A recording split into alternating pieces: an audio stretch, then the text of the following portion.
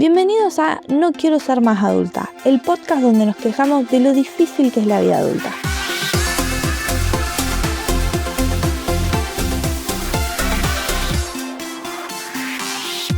Algo que es parte de trabajar freelance, pero que no me gusta para nada hacer y puede llegar a estresarme un montón, es armar presupuestos.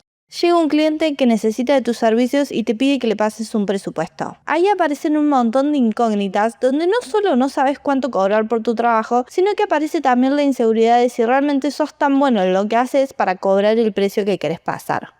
La primera y principal incógnita que aparece es cuánto cobrar. Y una vez que tenés un número, después de eso te tenés que preguntar si estás cobrando mucho o estás cobrando poco. Porque eso define todo. Si cobras poco, después vas a terminar trabajando de más. Y si cobras mucho, corres el riesgo de que el cliente te diga que no y perderlo. Por supuesto que la situación ideal es pasar un precio acorde a tu trabajo y que el cliente lo apruebe sin ningún problema. Pero ¿qué es un precio acorde? ¿Cómo sé cuánto sale mi trabajo? Me encantaría poder comparar y ir con otro freelancer y preguntarle, che, ¿cuánto cobrarías por este trabajo? Y ahí comparar y saber si pasar más o menos. Pero bueno, diría que la mayoría de las veces no está esa posibilidad. Creo que siendo freelance es muy subjetivo el precio de tu trabajo y como que cada persona cobra lo que le parece. También por supuesto se tiene en cuenta la experiencia que uno tiene, la complejidad del trabajo, cuántas horas aproximadamente te va a llevar a hacerlo, pero siempre que mando un presupuesto me quedo con la duda de si realmente estoy cobrando lo correcto. Para bien o para mal, porque a veces siento que pase mucho y otras veces siento que pase poco.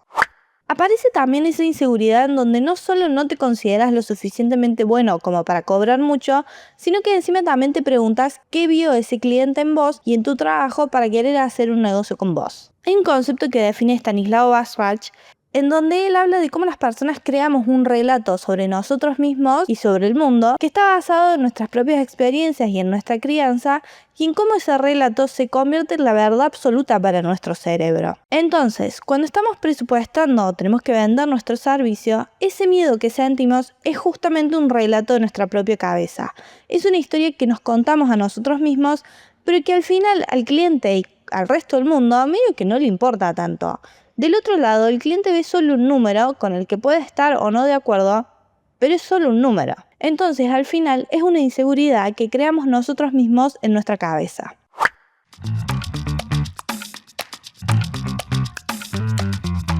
Si también querés quejarte o tenés ganas de hablar de un tema que te apasiona y querés darle forma a tu propio podcast, escribime a lolaseco@gmail.com o visita mi sitio web lolaseco.myportfolio.com. Son demasiadas cosas las que hay que tener en cuenta a la hora de armar un presupuesto. Desde el costo real de tu trabajo hasta los impuestos que pagás, las herramientas que usás y las comisiones. También hay que tener en cuenta la inflación en el caso de un país como Argentina, en donde si el cliente tarda mucho en aprobar el presupuesto, tiene que saber que ese número se tiene que ajustar, porque si el cliente tardó 3 meses en aprobarme el presupuesto, ese número me quedó desactualizado. O incluso hay que agregar un precio por el tiempo que hay que dedicar a los cambios o ajustes de último momento, porque créanme que siempre hay cambios.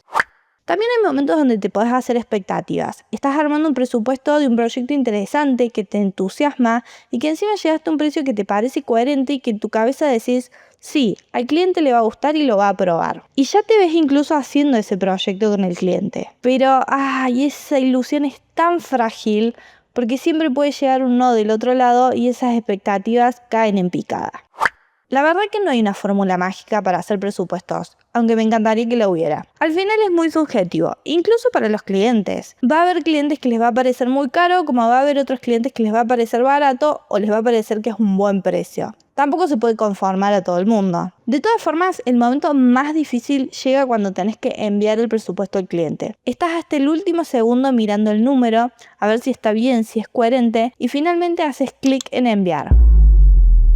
Te sube una sensación de incertidumbre por la panza y la garganta esperando que el cliente te diga sí, está bien, avancemos. Pero la verdad que muchas veces también pasa que la respuesta del otro lado es silencio. Hay clientes que piden presupuestos solo para comparar con otros o simplemente preguntan por preguntar y después nunca te responden. Por lo tanto, muchas veces también pasas un presupuesto y nunca te enteras si fue mucho o poco.